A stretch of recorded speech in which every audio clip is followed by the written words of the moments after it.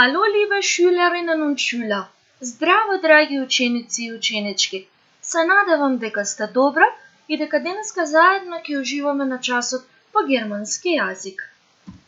Како што можете да забележите, денеска ќе се запознаеме со имињата на домашните животни во германскиот јазик. А домашни животни на германски јазик се викаат Haustiere. Па ајде да започнеме. На почетокот ќе ги разгледаме животните од машки род. Но претходно да се потсетиме дека определениот член за машки род во германскиот јазик секогаш гласи der. Ке слушнеме едно животно, а вие можете слободно да погодувате за кое животно станува збор. Точно така. Куче. Кучето на германски јазик се вика der Hund. Ајде да повториме заедно. Der Hund.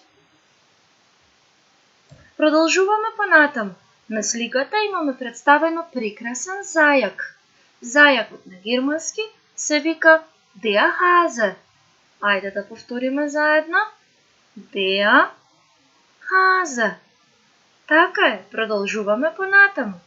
Сега ќе слушнеме уште едно животно. Вие слободно можете да погодите за кое животно станува збор.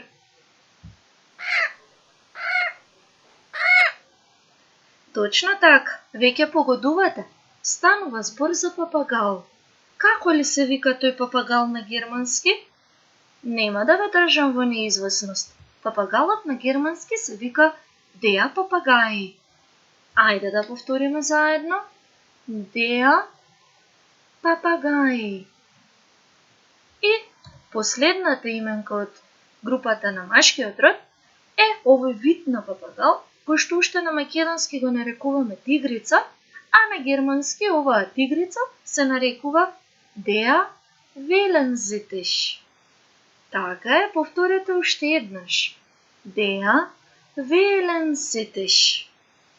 Наред се животните од женски род, но претходно да се потсетиме дека определениот член кај именките од женски род во германскиот јазик е секогаш die.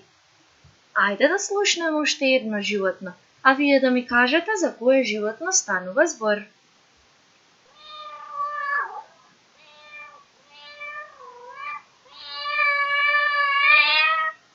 Веќе погодувате? Мачка. Точно така. Мачката на германски се вика die Katze. Ајде да повториме уште еднаш. Die Katze. Следното животно е овој ставарец. Иако не изгледа така страшно, сепак сакаме да научиме дека на германски овој ставарец се вика die Ratte. Die Ratte. Ајде да повториме уште еднаш.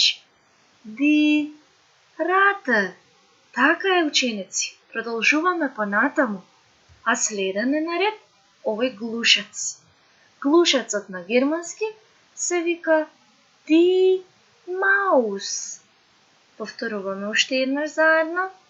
Die Maus. И последната именка од групата на именки од женски род е ова желка. Желката на германски се вика die Schildkröte. Die Schildkröte. Повторуваме уште еднаш заедно. Die Schildkröte. Така е, другари. И на крајот една именка, односно едно животно во среден род. Но претходно да се потсетиме дека определениот член за среден род во германскиот јазик секогаш гласи das. Видете колку сладки животни имаме прикажано на оваа фотографија. Едно од нив е морско, се вика морско прасе, а морското прасе на германски се вика das Meerschweinchen. Das Meerschweinchen. Повторуваме уште еднаш заедно. Das Meerschweinchen. Браво, ученици! Прекрасно! На крајот можете да забележите една табела во која што домашните животни се распоредени според нивниот род. Ќе ве замолам за домашно да направите еден крстозбор во кој што ќе ги вметнете сите домашни животни. И на крајот, како што можете да забележите, имате еден линк на кој што уште еднаш ќе можете да ги слушнете имињата на домашните животни и да ги повторите. Драги ученици, ви благодарам на вниманието. Се надевам дека убаво си поминавте на овој час и дека повторно ќе се дружиме. Чус!